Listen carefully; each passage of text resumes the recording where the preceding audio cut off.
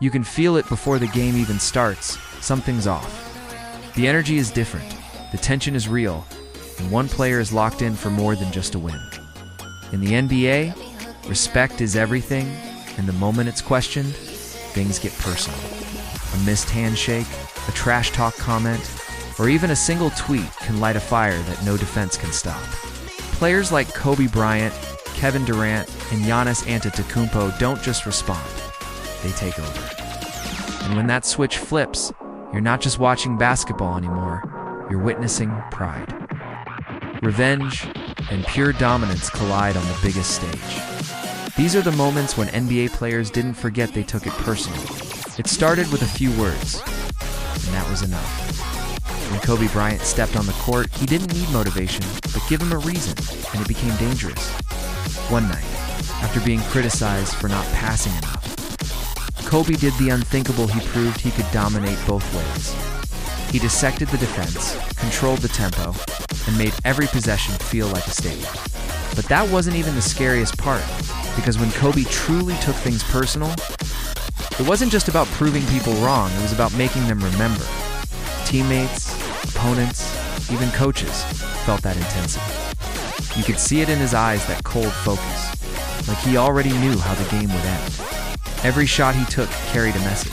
Every bucket felt louder than the last. And the crowd, they felt it too. The moment the first few shots dropped, the energy shifted. Defenders tried everything, double teams, physical play, mind games, but nothing worked. Because at that point, it wasn't just skill. It was mindset. Kobe wasn't playing against a team anymore, he was playing against doubt itself. And when that happened, the result was always the same: complete domination. Sometimes all it takes is one moment of disrespect. For LeBron James, that moment came in the form of doubt. Used is about his legacy, his ability to deliver under pressure. And instead of responding with words, he answered the only way that matters on the court. You could see it from the opening possession. LeBron wasn't just playing, he was hunting. Every drive to the rim was more aggressive, every pass more precise, every shot taken with purpose. It was like he had something to prove. Everyone in the arena knew it. Defenders bounced off him, rotations came too late, and before anyone realized it, they'd completely taken control of the game. But what made it different was the intensity. This wasn't a normal performance, this was personal. There's a reason people talk about LeBron's playoff mode. When the pressure rises and the criticism gets louder, he somehow finds another level. Stronger, faster, smarter, it all comes together at once. And in those moments, it feels inevitable.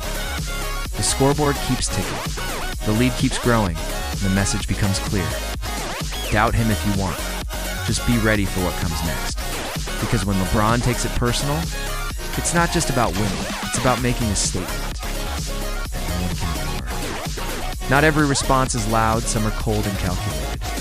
That's exactly how Kevin Durant handles it. Doubt has followed him everywhere, questions about his leadership, his decisions, even his legacy. But when it crosses a line, Durant doesn't argue. He goes silent and lets the game speak. From the first touch, you can tell something's different. No wasted movement, no hesitation, just pure scoring precision.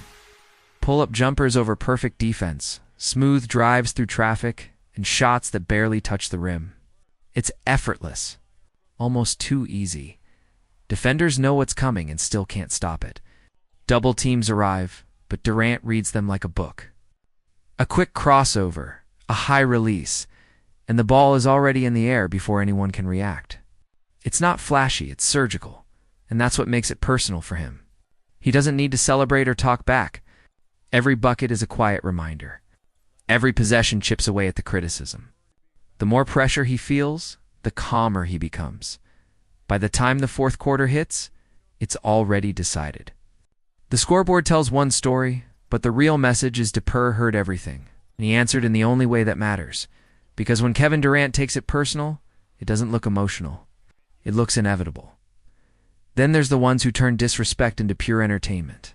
When Stephen Curry gets counted out, it doesn't just fuel him, it unlocks something different. You think he's out of rhythm, having a quiet night, and then suddenly everything changes. It starts with one deep three, then another. And before the defense can adjust, he's pulling up from distances that don't even make sense.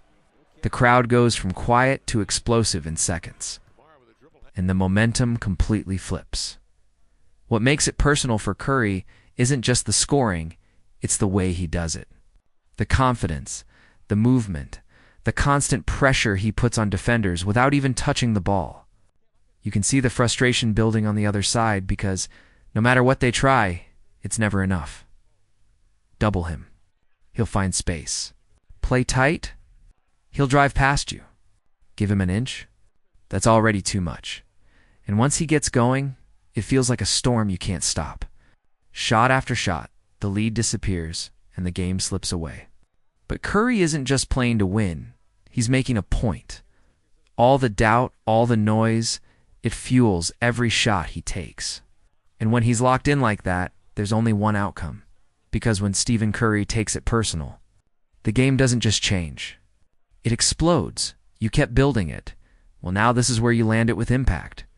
And then there's the origin of it all. Before the social media posts, before the headlines, there was Michael Jordan.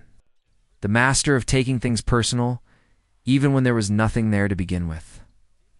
A look, a comment, a moment Jordan would create motivation out of thin air. If someone scored on him, it wasn't just a bucket, it was disrespect.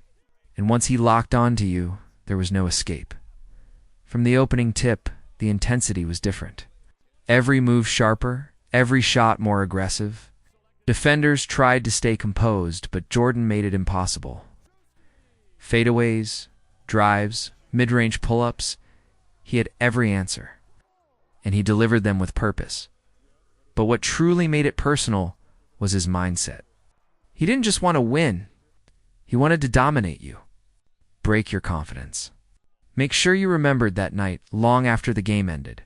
Teammates fed off it. Opponents feared it. And the crowd witnessed something special every time. Because when Jordan flipped that switch, it wasn't just skill, it was willpower at its highest level. And by the final buzzer, the message was always clear.